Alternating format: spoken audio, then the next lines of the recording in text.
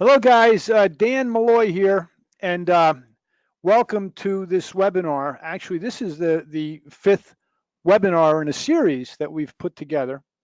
The group. I have an idea for a name, by the way, which I will reveal in a minute. But we've done a webinar on how to hire technicians, the language of commitment, how to make commitments to employees was another topic we discussed on another webinar. Job ad writing. We had a nice webinar about that. How to avoid turnover and how to improve employee retention was another topic.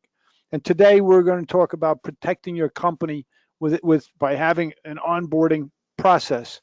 And so I'm going to reveal to my partners on this webinar, my idea for a name is that we are the best practice group. And we're here to offer our ideas, our knowledge, and best practices that we've come up with over the years of experience, and we're here to share with business people. Now, today's panel, Sandy Zanino, who runs a company called Innovative Auto HR. Welcome, Sandy. And Thank you for having me. fabulous to meet you and to have you here. I love your energy. And Greg Gershman, my old friend Greg Gershman, who I've known for, I don't know, 10, 15 years, somewhere in there.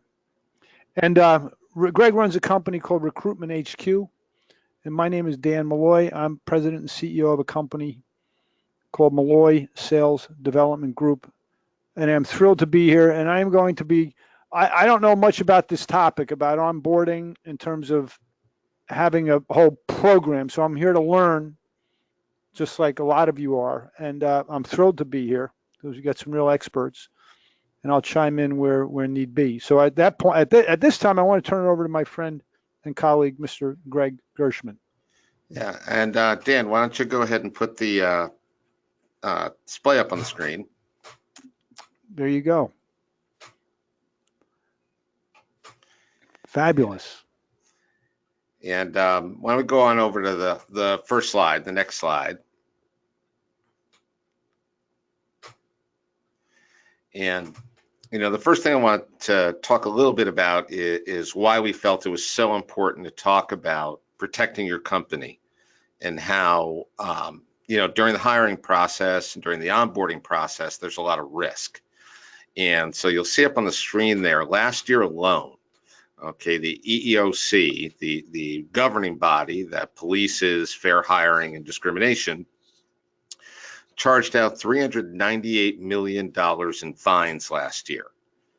And that's just a drop in the bucket to show you exactly what employers are actually spending on discrimination, harassment, improper hiring, improper practices, because this doesn't include civil suits. This doesn't include times that employers just paid an employee, outside of a courtroom or outside of a fine just to have something go away.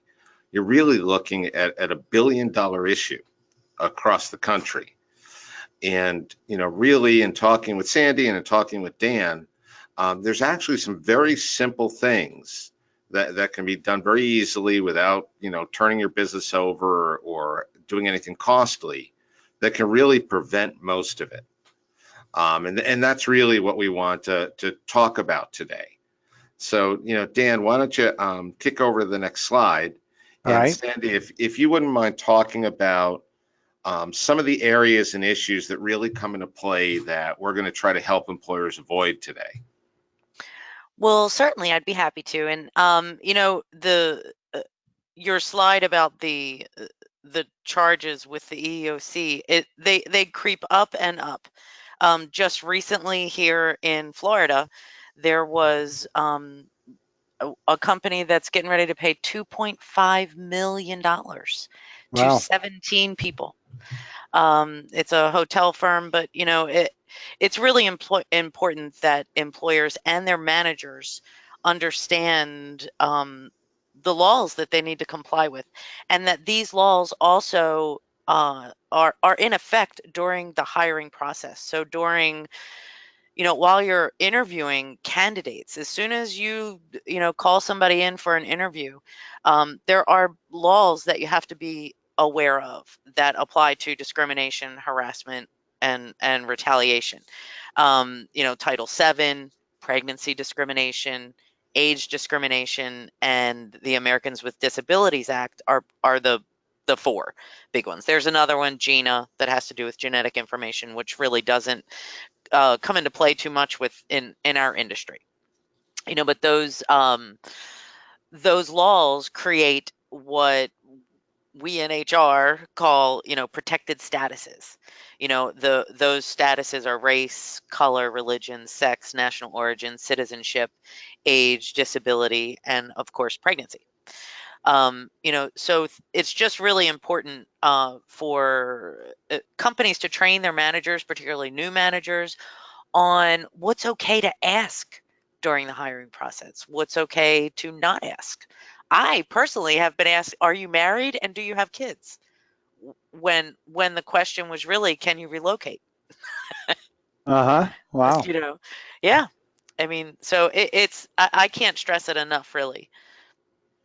When you talk about discrimination, they're really, just to put it very simply for most of the people out there, there's almost like a golden rule, right? If it doesn't actually matter to job performance, you can't ask about it or consider it, right? Very simply. And that's really the essence of the rule. So you need to ask yourself that. If I'm going to ask a question, if I'm going to try to consider something, does their color change their job performance? No, right? Does their age? No. Now, it's different if you need them to physically do something, right? And they can't stand on their feet for 6 hours, and that's part of the job. Well, that's not their age, that's their physical condition. They're separate. Mm-hmm. But that's kind of a golden rule for anybody sitting out there that you have to ask yourself every time you ask a question. Yeah, I mean, it's important too if, let's say that there's a promotion in play. This goes beyond, of course, the hiring process, but let's say there's a promotion in play and you have an employee who is starting a family, and there's a couple other employees, and all three of them want the job.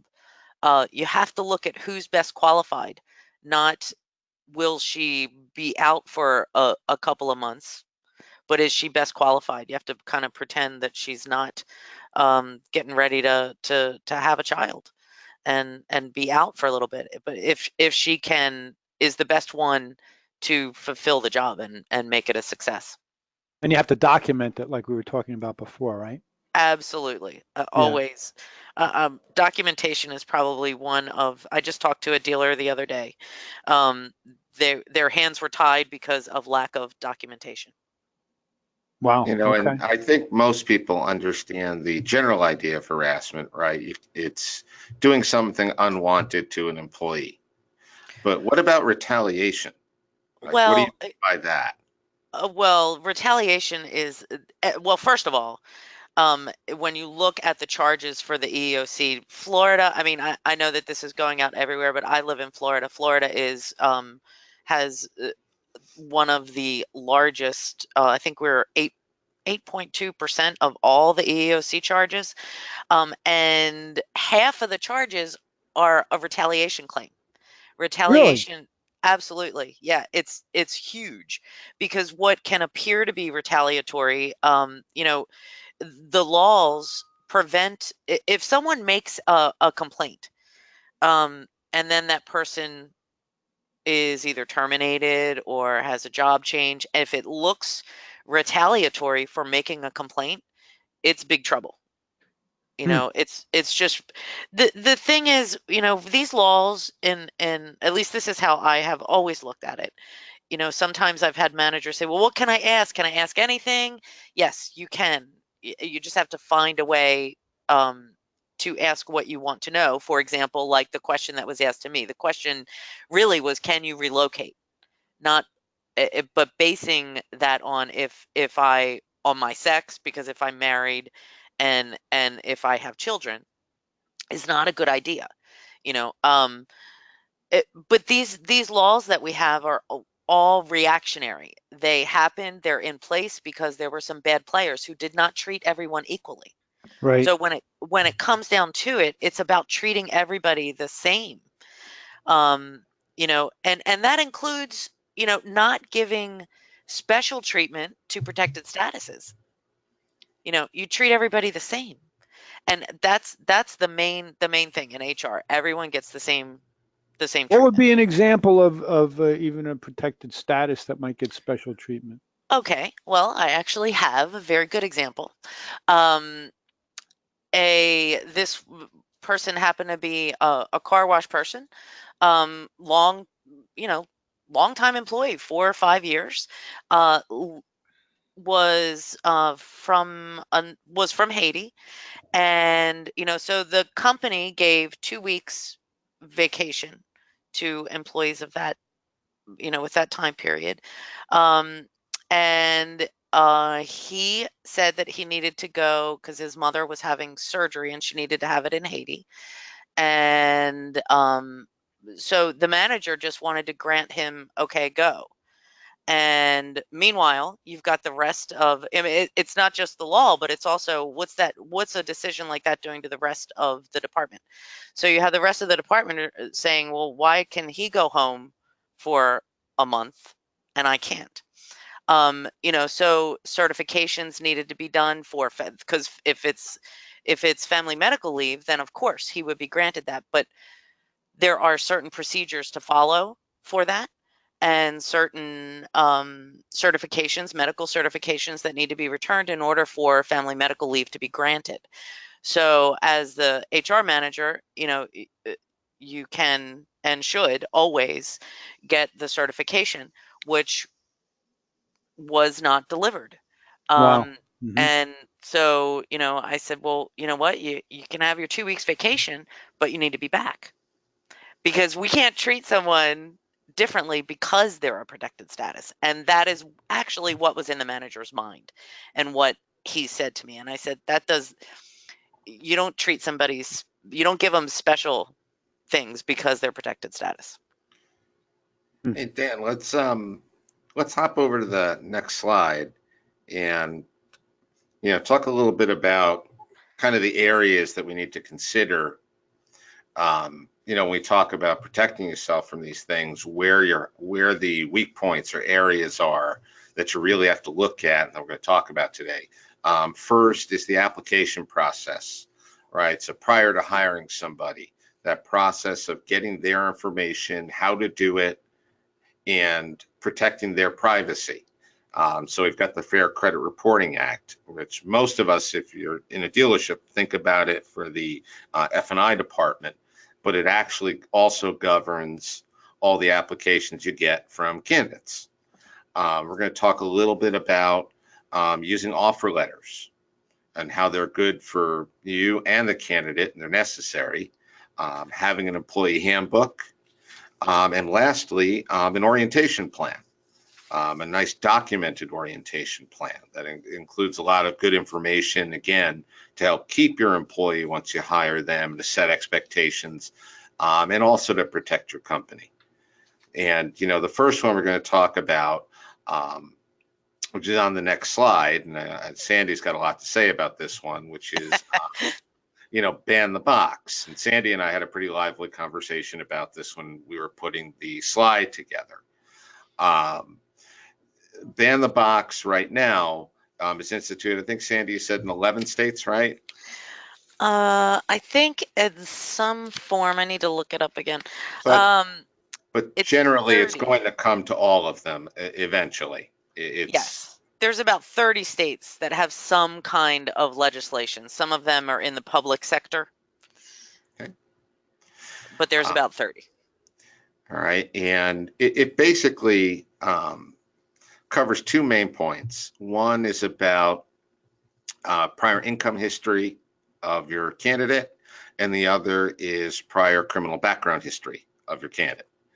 And Sandy, why are they proposing like not letting a company ask about prior income history? Well, prior income, that is the 11 states, that there are 11 states who have enacted legislation making it illegal to ask for prior income.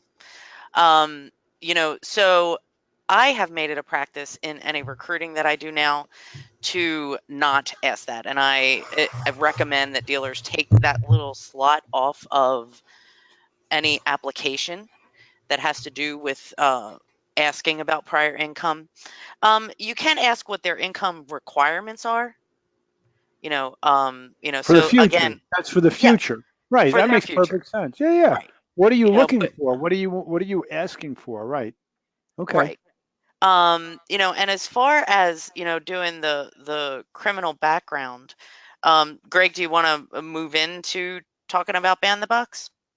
Yeah, yeah. I mean, so for prior income, you can't go, it's a best practice not to go ahead and discuss prior income with a candidate. Yeah, Um, absolutely.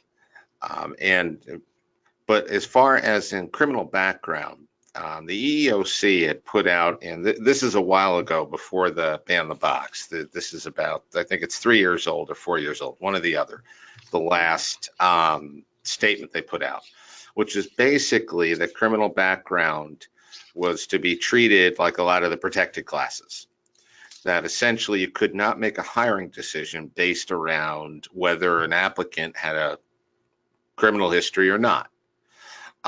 Once your interview process was done, you were then allowed to have a criminal background run once you decided you wanted to hire them. And you could only use it in consideration from that point if it would actually affect the job or put your company at risk. So, like a prime example, I had a store looking to hire a candidate. He was about, I want to say he was just under 40. When he was 17 years old, he had been arrested, tried as an adult, and did, I think, 5 years in jail on a drug charge. So at this point, 23 years ago, Hmm. since he got out of jail, he clean, has a family, passed the drug test, everything else. And the employer had a real sticking issue with this, but you have to look at it. It wouldn't in any way affect this person being a sales representative. It doesn't display a risk to the company that he's a sales representative. So basically, this statement would say that you can't consider it and whether you would hire him or not. Where a different story would be if you're going to hire an F&I manager and they previously had an embezzlement charge. That directly shows a risk, right? Right. But it's become a very, very touchy subject, with dealerships. And the best advice that I could give, and I don't know if any of your clients been asking you, Sandy, about it, or have you had discussions with them about this in particular? I have had discussions about this, and ban the box means ban that question on the application that says, have you ever been arrested, convicted, adjudication withheld, et cetera, et cetera. And I always, always, always recommend that even for the wording of that question, that employers, dealers consult with their counsel because it changes. Um, so I have had discussions about it. So ban the box is basically a change in the process. It's not saying that you don't do your background check, because a background check is essential. It is very important for employers to know who is working for them. Hmm. Yeah. And not just criminal, and not just the things that might affect the company, like with your example for embezzlement, if it's an F&I position, or if they've grand theft auto for any position. Right. Um, but also for, one big thing in the world today is workplace violence. There Hmm. there are, employers who were didn't do a background check. So background checks are really, really important. I knew this was good. So, if basically ban the box is about asking the question later, after you are making a conditional offer. So you've done all of your interviews, you decide that this is the person, and that's when you give them really um, almost a separate application. And then it has that question where they can answer. And that's where you base your employment decision about the background check, is how they answer. Did they answer, nope, never been arrested? And then then you then have them sign their authorization for you to do the background check, which is another hot point. It must be compliant, and be a standalone document that's all it has on it, authorization for the background check. That goes with the Fair Credit Reporting Act. So when the background check comes back, were they truthful in answering that question? Is often kind of like what Greg was talking about, with not just looking at everything that's on the background check, but were they truthful about it on their application? Did you talk to them about it? As well as if it is something that is necessary and important to their position. So, here's two things that I usually tell clients as a best practice. Number one, do not dig into this until you feel like this is a person you want to hire. So you should have a policy that after an interview that you make conditional offers. Never tell a person they're hired, and you tell them that there's additional steps. And number two is, I always advise talking to a labor attorney and getting guidelines for how you should be considering felonies. Because if you go ahead and turn somebody down for an employment that had a criminal background and they claim that that was the only reason that you did not hire them, you need to be able to have justification for why that particular offense put your company at risk or would put your customers at risk. All right. And it's definitely something you should go through with a labor attorney, as opposed to just trying to decide on your own and picking through things. Yeah, never go into these dark forests by yourself. Either have an HR consultant, or if you have HR on staff, and make use of your attorney. Mm-hmm.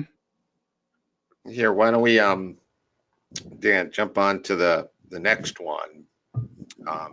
And this is one I don't see from a ton of my clients, which are offer letters, which are extremely important. Sandy, why don't you, because I'm sure you've put together offer letters for your clients and helped them to make sure they have them implemented, because you kind of do that for a living. Why don't you talk a little bit about, why would I care that I have an offer letter, right? Right now, I shake their hand, they want to come to work, I give them a start date, right? They come in, they sign their paperwork, and they start. Why an offer letter before that? Like you said, Greg, in our industry, I don't see much use of offer letters. Not that I would not recommend them. My main point with this is the same as yours. I would recommend not doing this alone. It's really important.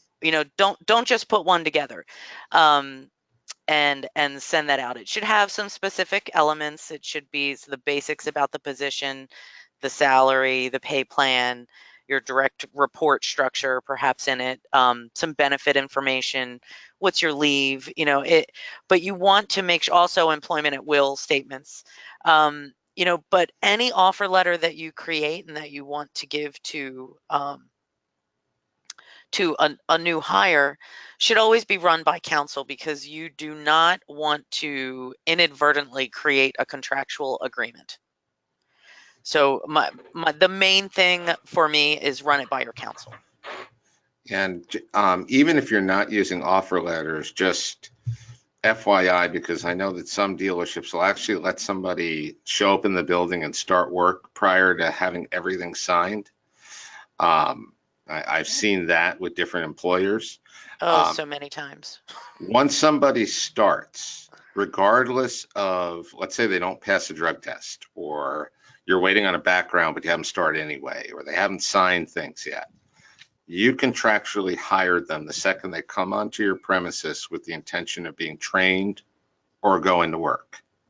One or the other. And training counts too. So if you bring them in for a training session, even though you haven't hired them yet or anything, they're actually an employee. Yeah, training is compensable. That's compensable time. There's only certain things that you can have someone do prior to their actual first day without paying them. Hmm. Interesting. This is a very interesting topic, guys. I'm sure a lot of people don't know. And one other thing, there's more than just this document that you need for somebody you're bringing on board, right, Sandy? Not just an offer letter, but once they start, um, they should have a handbook immediately. Well, yes, I mean, handbook onboarding is the dealers and the employer's opportunity to do a lot of things all at once. And I always recommend, because I understand the manager's urgency to have a body on the floor or a body in the bay. I understand that. So I always kind of call orientation day, onboarding day, the day before the first day. It is actually their first day of employment, but it's an opportunity to get all of your compliance done, which includes your handbook.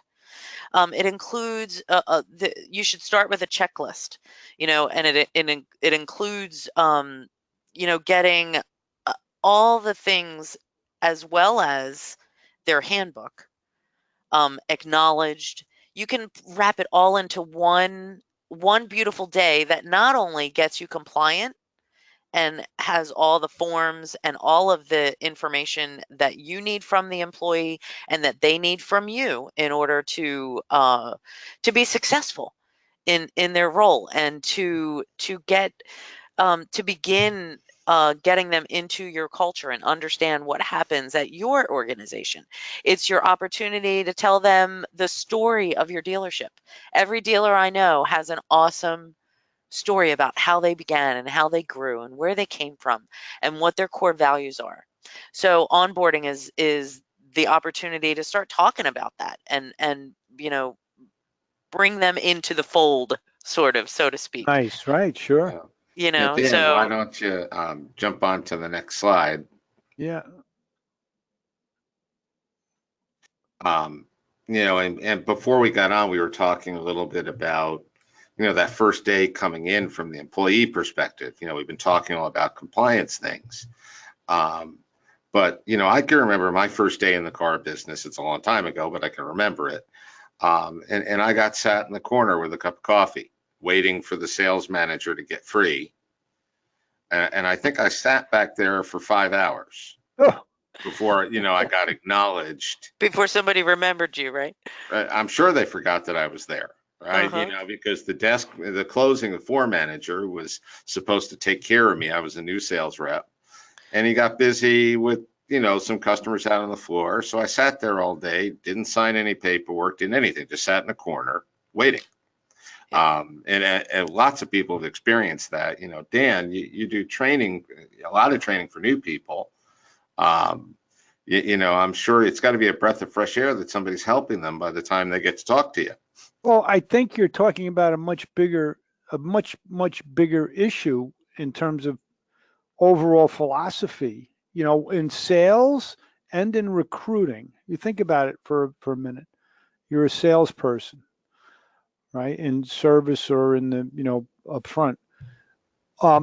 We all want customers to make commitments to us to come in and buy the car or buy the service or buy the product, whatever we're selling.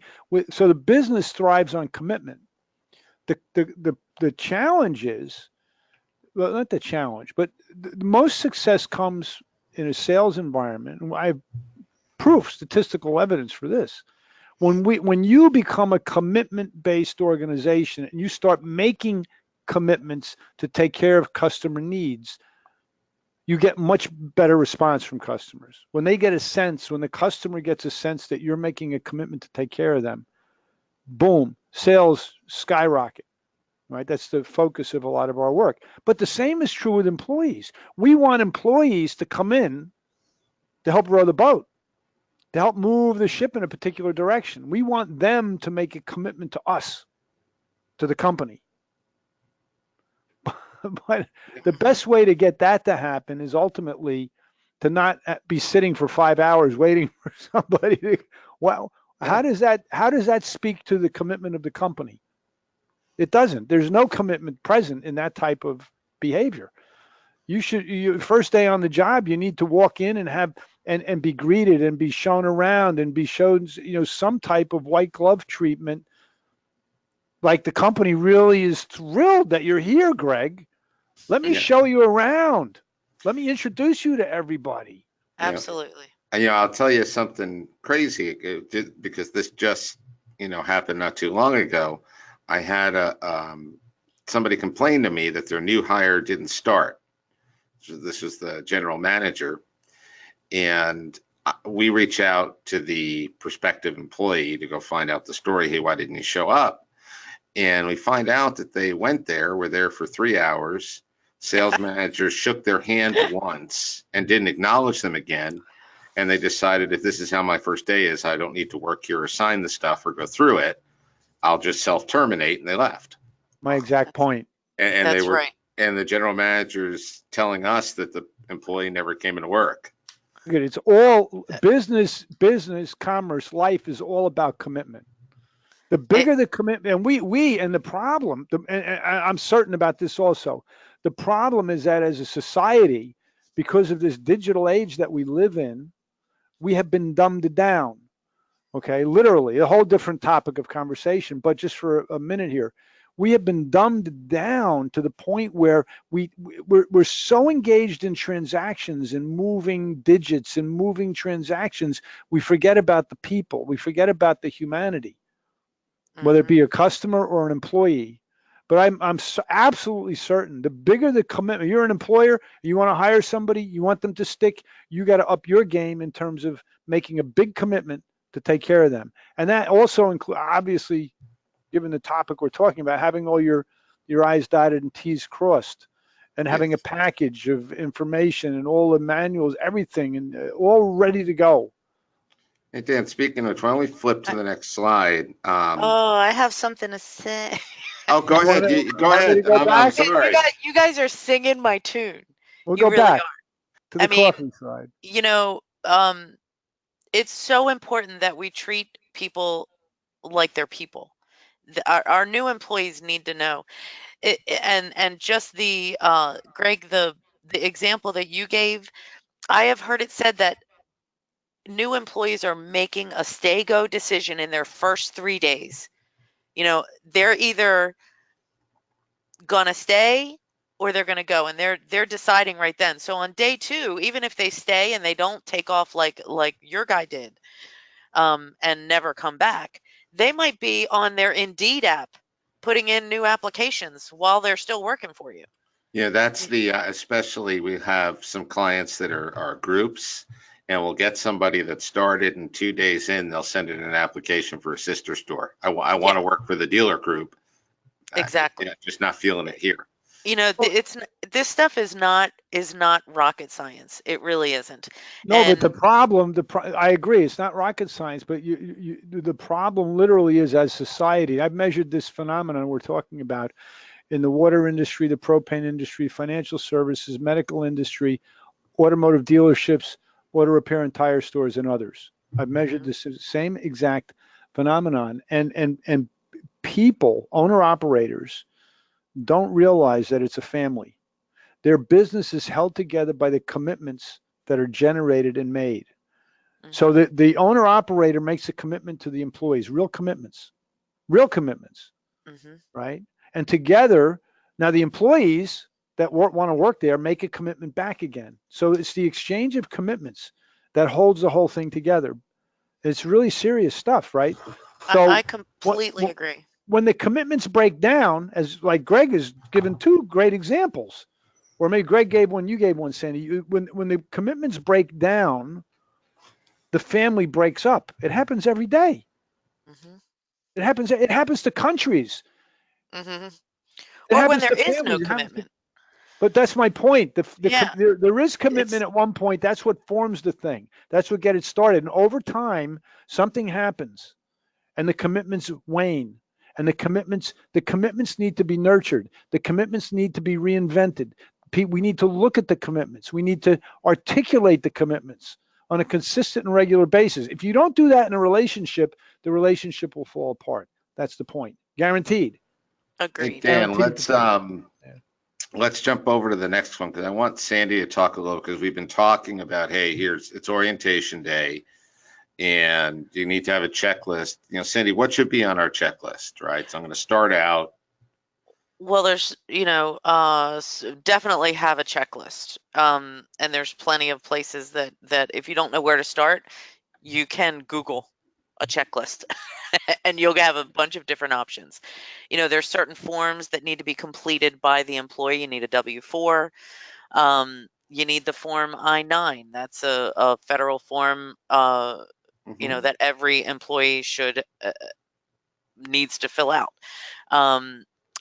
Please, please, please train someone on how to properly fill out the form I-9. And what that form does, so if in case somebody doesn't know, is it verifies someone's identity as well as their ability to work legally in the United States. And there are certain documents. One tip is never tell them what to give. An employer cannot demand you need to give me your driver's license and social security card. I always give the list. Here's the list of documents that you can use. ICE has really stepped up in summertime on their audits, and they are really coming down on all employers. They're not just targeting certain industries right now. So, if you have a state withholding forms, whatever forms you need completed by the employee. There's also certain notices, depending on the size of the company. Most of us are 50 and over. So there's going to be the CHIP notice, there's, earned income tax credit notice, there's also exchange and subsidy notices that need to go out and need to be given and I always get acknowledgement of receipt. I'm a big one on getting acknowledgement of receipt. Other things, if there's forms that you need for benefits, 401k, our benefit wait period these days is a lot shorter than it used to be. So the first day after the month after 60 days comes pretty quick. So I often use the orientation onboarding day for that. And if you need forms for that, get it, you can get that all done at the same time. At least give them information. Then comes, the handbook and all of the policies. It's also a time when you can do some compliance training, harassment training. Make sure that you have acknowledgments about the receipt of the handbook and receipt of any training, safe driver training. It's a great time to get all that stuff really out of the way and done, so that when that employee is coming in for their first day, they're ready to go. They're ready to go. If you have technicians and they need to do their lift training, and you have, get it done all on their day before the first day. Really anything else that is important to your organization. One thing about our business is we have a plethora of amazing and wonderful technologies that none of which talks to the other. So in my experience, there can be, I don't know, anywhere from 5 to 10 usernames and passwords. So have that Right. ready. Have that ready for your new employee. Have their employee number in the DMS. Help show them how to clock in and out. Show that, it's your opportunity to get all of that done. So that will vary, per organization, but have someone who knows what the internal process is. Make up that checklist, what needs to get done, what needs to get done. Are they in the CRM? Are they, what else do they need? Do they need VIN solutions? Get them all their usernames and passwords, and help them log in at the same time. So I love checklists. I love checking things off of checklists. Mm-hmm. Now, it, Dan, sounds like it, Sandy. That's good. in working with your clients, and you do a lot of training and do a lot of really work with your clients to grow their businesses, especially when it comes to, building appointments with clients and people working on the phone. But really, training starts day one, doesn't it? And Well, you bring up a great point. Everybody I speak with wants to grow their business. Most people, some don't, but 98% of them do want to grow the business. So that implies, since the people is a network of family of of committed people, the business, that you have to grow people. You're in the people development business. If you run a business, you're in the people development business, right? It's so it implies ultimately that the training has to be such that you're helping to develop the people. It's not just teaching them to move digits from here to here, or to move this piece of equipment from here to here, or to put this, to put tires on. That's important stuff, right? But ultimately, my philosophy is, and it seems to work well with our clients, is that you're in the people development business, and we have to teach them how to communicate effectively, because you could also say you're in the communication business, because the business just isn't going to happen. Nothing's going to happen in the business unless you communicate effectively. So what we do at Malloy Sales Development Group is we have a program called Language of Commitment, and we teach people to communicate effectively. So the training and teaching is not just about the job. It's about them as human beings, that they can have a greater sense of power in their life, in general. We had a situation recently with one of our great clients out in Oklahoma City, where to give an idea, paint a picture about what I'm talking about. He had hired four men. One was a driver, one was, and three were general service technicians. That means they come in and their job was to bust tires, to put tires on, and to change oil, primarily. But this guy was a very smart owner, and he gave them the opportunity to develop their communication skills at another whole level. And when he did that, in other words, he had a training plan as a result of working with me. He had online tools. We have an online university, and we have a regular weekly training program for developing communication skills. And they jumped into it, and they embraced it, and they learned to the point where they have developed new skills. They developed a whole new future for themselves, because they're not just considered tire busters anymore.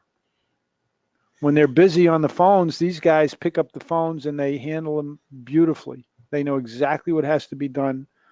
And so the point, I guess, is to create a path, a path for people to develop more skills that can be used in a wide variety of areas. The people that like come to work for my company, when they start on day one, most of them start out as basic screeners, of candidates.